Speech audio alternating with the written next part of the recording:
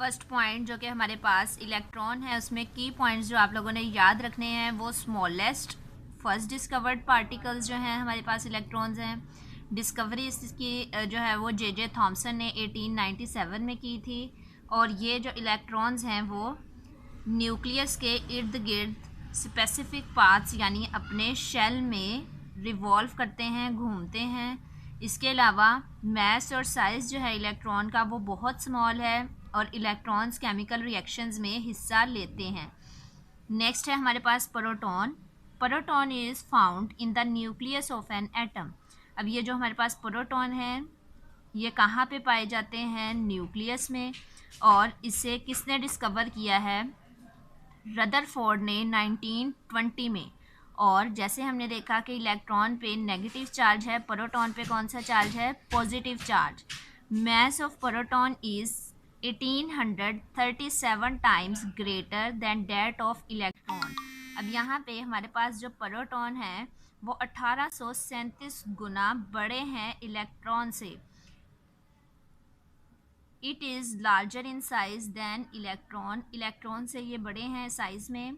Number of protons are fixed for an atom. हर atom में number of protons जो हैं वो फिक्स होते हैं, उनके नंबर्स यानी उनकी तादाद। Number of electrons are equal to the number of protons, यानी किसी भी एटम में जितने नंबर ऑफ इलेक्ट्रॉन हैं उतने ही नंबर ऑफ प्रोटॉन्स होते हैं। तो फर्स्ट इसकी डायग्राम जो है 6.1 वो देखते हैं। Particles of an atom. Atom हमारे पास एटम का जो सेंट्रल पार्ट होता है, दरमियान वाला हिस्सा, उसे हम कहते हैं न्यूक्लियस। न्यूक्लियस में कौन कौन सी चीज़ें प्रेजेंट हैं? प्रोटॉन और न्यूट्रॉन। और जो इर्द गिर्द हमारे पास शेल्स होते हैं, उस शेल में कौन सी चीज़ें जो है वो रिवॉल्व करती हैं? तो वो रिवॉल्व करते हैं इलेक्ट्रॉन, जैसा कि हमने पॉइंट में भी पढ़ा है। नेक्स्ट है हमारे पास table the subatomic particles relative size. सबसे पहले है हमारे पास प्रोटॉन का मास भी हम याद करेंगे। नेक्स्ट है हमारे पास न्यूट्रॉन का साइज़ याद करेंगे। अब यहाँ पे अगर हम डायग्राम के में भी देखें तो प्रोटॉन और न्यूट्रॉन का साइज़ जो है वो इक्वल है, जबकि हमारे पास जो इलेक्ट्रॉन है उनका साइज़ बहुत छोटा है। ये हमने पॉइंट में भी अभी डिस्कस किया है। इलेक्ट्रॉन का भी हम यहाँ पे मास जो है वो याद करेंगे और ये मास हमें दिया गया है केजी यानी किलोग्राम में। अब आते हैं हम इसकी न्यू टर्म्स की तरफ जो आज हमने नीट नोटबुक पे राइट डाउन करनी है। फर्स्ट हमारे पास वर्ड है एटम। एटम को एक्सप्लेन कैसे करते हैं? The smallest particle of matter that can not exist independently. Atomic number है next word. The number of protons in an element is termed as its atomic number and it is represented by Z. अब यहाँ पे किसी भी atom में जो number of proton होते हैं उन्हें हम कहते हैं उस एटम का एटॉमिक नंबर। नेक्स्ट है हमारे पास mass number. Mass number of an atom is total number of protons and neutrons present in an atom, यानी नंबर ऑफ प्रोटॉन और नंबर ऑफ न्यूट्रॉन को जब हम प्लस करते हैं तो उसे हम कहते हैं मास नंबर और इसे रिप्रेजेंट करते हैं ए से। इलेक्ट्रॉनिक कॉन्फ़िगरेशन नेक्स्ट हमारा वर्ड है।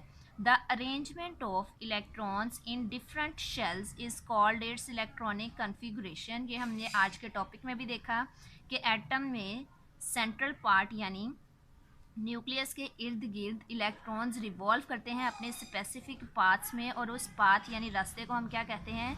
शेल्स। और शेल्स में इलेक्ट्रॉन के अरेंजमेंट को हम कहते हैं इलेक्ट्रॉनिक कॉन्फ़िगरेशन। नेक्स्ट है वैलेंसी।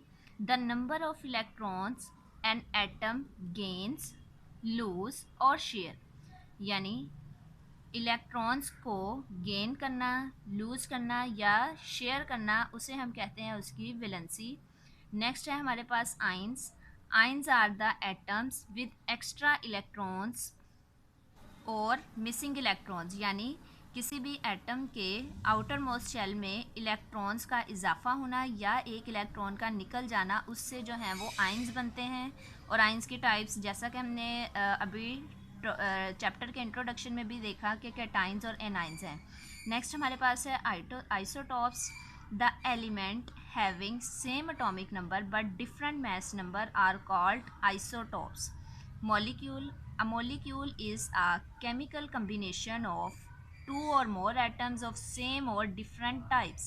अब यहाँ तक आज हमने अपनी न्यू टर्म्स को याद करना है। याद करने के बाद इसका होमवर्क भी करेंगे और इसकी रिटर्न प्रैक्टिस भी करेंगे और बुक से पेज नंबर 70 और पेज नंबर 71 की रीडिंग करनी है। Thank you. अल्लाह हाफिज़।